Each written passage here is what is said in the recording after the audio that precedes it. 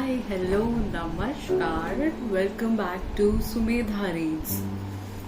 I guess you have been wondering why the Sumedha Reads because I have finally changed my channel's name from Messy Curls to Sumedha Reads because the most content I upload is of books, so I thought ki changing the name to something that I particularly do on this channel would be the best. So I have finally changed the name. Today we are here because I guess you have seen the book, but let me tell you. So I finally read The Secret History. Woo!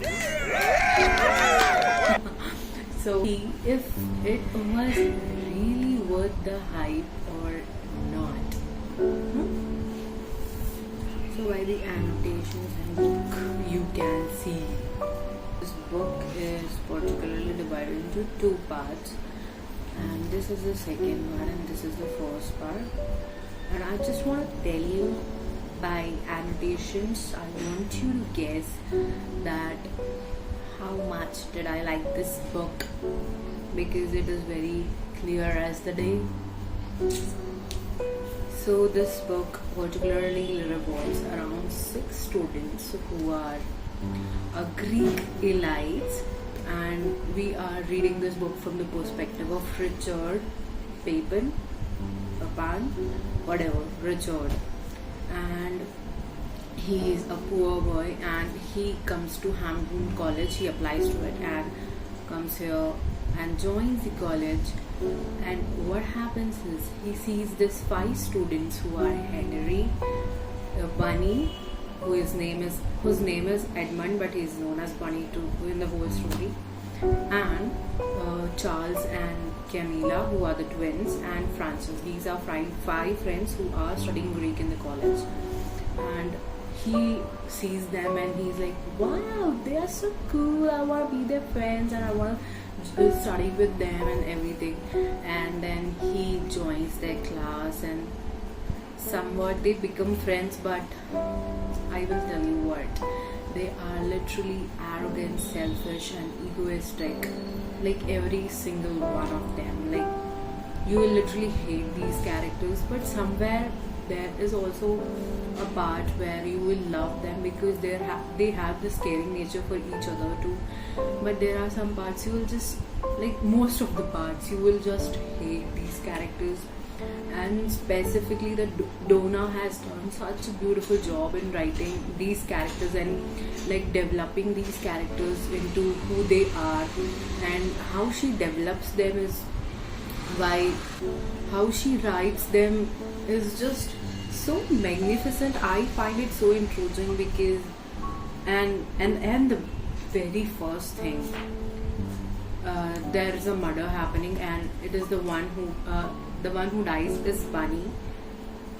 Also, it is not a spoiler because the very first line of our prologue in the book is so. This is so fascinating because the very first line of the prologue is itself spoils us that the murder happens and it is of Bunny. And literally till the end of first book, the way Donna has created the world in this is just so fascinating. Like I literally loved the first part, like how she changes and builds up the story, and then boom, the murder happens. And like in the first part you would literally hate Bunny because oh my god, he's literally so annoying. But in the second part, and that's the where main point comes, and why I actually still am not able to persuade myself, like do I really love this book or I like it? I don't know, because the second book spoiled the experience of the first half of the book, because the second half is literally nothing but 100 to 150 pages of funeral description, like legit funeral description.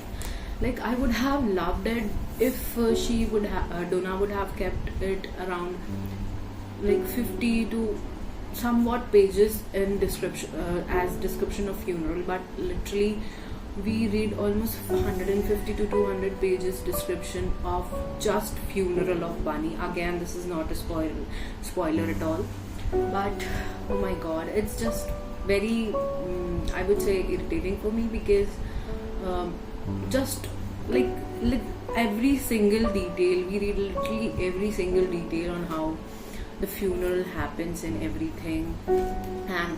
And the funeral, when I read the funeral part, I was like, oh my god, this book was going to be like legit 5 stars for me. And it was literally going this down, like fast pace going down for me, because it was just so annoying reading the funeral part. But the ending, oh my god, what do I tell you about that? It was like, you would never expect that ending at all.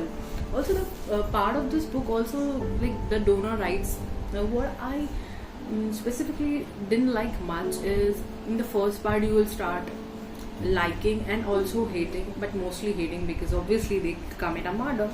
So in the second part, she creates an environment where she makes us readers feel pity towards them. And I was like, why are we feeling pity towards them? Because obviously they are murderers. But yeah, she creates circumstances for them, and also these characters also feel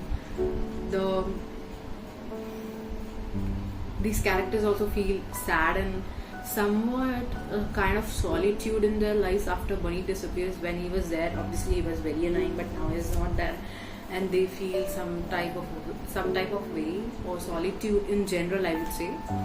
But yeah, I didn't like the part that readers were meant to feel that, not meant, if you were meant then you would, but in general she was aiming to frame that you should feel a little pity, and somewhere you would actually feel, but then you remember, okay, these are the guys who killed Bunny, they did a murder, so no pity, dude. But oh my god, the second book literally drags you for so long, and then boom, the last 30 to 40 pages will blow up your mind. I never expected it to be like that, and for that reason this book is 3.5 stars for me, because wow, that ending was just so amazing, and I loved it.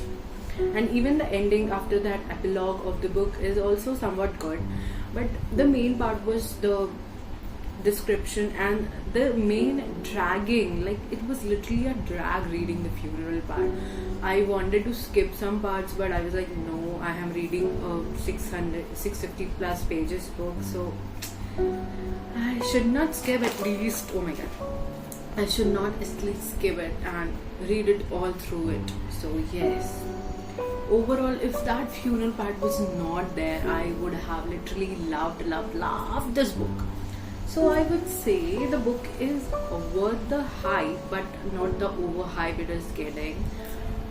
But I do get why people love this book, and yeah, I would not say it is not a good book. It is like genuinely a very good book. But yeah, like just I mentioned about the funeral part and the second part where we are meant to feel the pity of others, where they have literally committed the suicide and murder.